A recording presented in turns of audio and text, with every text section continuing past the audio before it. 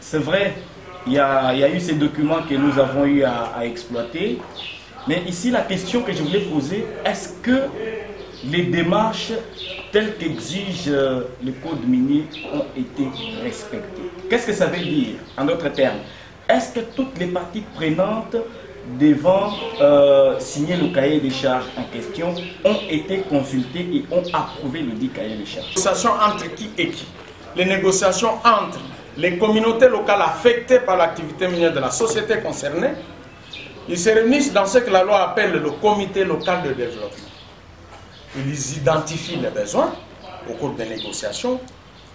Ils font son travail sous la supervision du ministre provincial de Mines. Et ils sont assistés de l'autorité administrative locale. Et toutes ces démarches ont été respectées. Nous avons fait ce travail pendant plus ou moins 2 ans. Pour voir, parce que nous avons, il fallait contacter tout le monde. Il fallait contacter ce que vous avez appelé toutes les parties prenantes.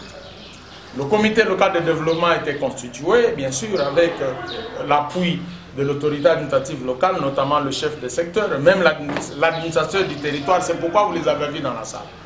Lorsque nous avons terminé tout ce travail au niveau du comité local de développement, le ministre provincial des Mines, estimant, vu le caractère solennel, et surtout que c'est la première fois que ça intervient dans notre province, il a estimé que le moment soit immortalisé par la presse que vous êtes. Ce que vous avez vécu la fois passée dans la salle de réunion du gouvernorat de province, c'était juste la signature.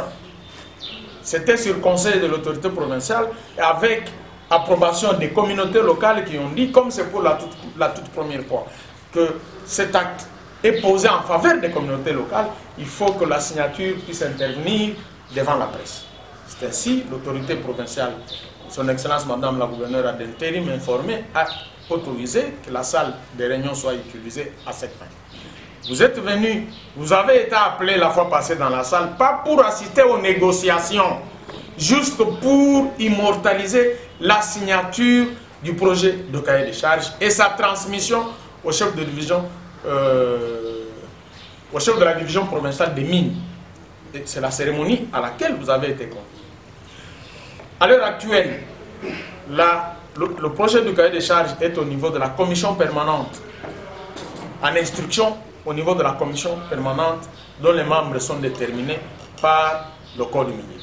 Et nous attendons que la commission permanente, avec le chef de la division provinciale des mines, termine leur travail. S'ils estiment que le travail était bien fait, ils vont le transmettre au gouverneur de province pour son approbation. Et le gouverneur, à son tour, va transmettre le cahier des charges au niveau du cadastre minier, qui va l'enregistrer et le retourner pour la mise en œuvre. Et c'est tout ce que nous sommes en train d'entendre. Si au niveau de la commission permanente, on trouve qu'il y a des amendements à apporter, on les amende. Si on trouve que c'est non conforme, on nous retourne pour correction. C'est-à-dire on retourne le cahier des charges au niveau du comité local de développement, avec des remarques. Et si on trouve que le comité local a bien fait son travail, conformément à l'annexe 17 du règlement minier, à ce moment-là, parce que la loi exige que le cahier, pour être approuvé, doit être rédigé conformément au modèle type repris à l'annexe 17 du règlement minier. Et s'il trouve que c'est conforme, il a un délai, il va transmettre à son Excellence Madame la gouverneure d'intérim, qui a des services techniques qui vont faire une deuxième lecture. S'il trouve qu'il y a des grands techniciens que moi je connais personnellement, on trouve que le travail était bien fait, ils vont transmettre au niveau du cadastre minier par le biais de la division provinciale des mines qui fait office actuellement du cadastre minier provincial. Le cadastre minier va enregistrer et retourner ici en province et la mise en œuvre va commencer. Le travail a été, toutes les étapes prévues pour répondre à votre question, toutes les étapes prévues par la loi ont été respectées. Toutes les parties prenantes ont pris part à ces travaux.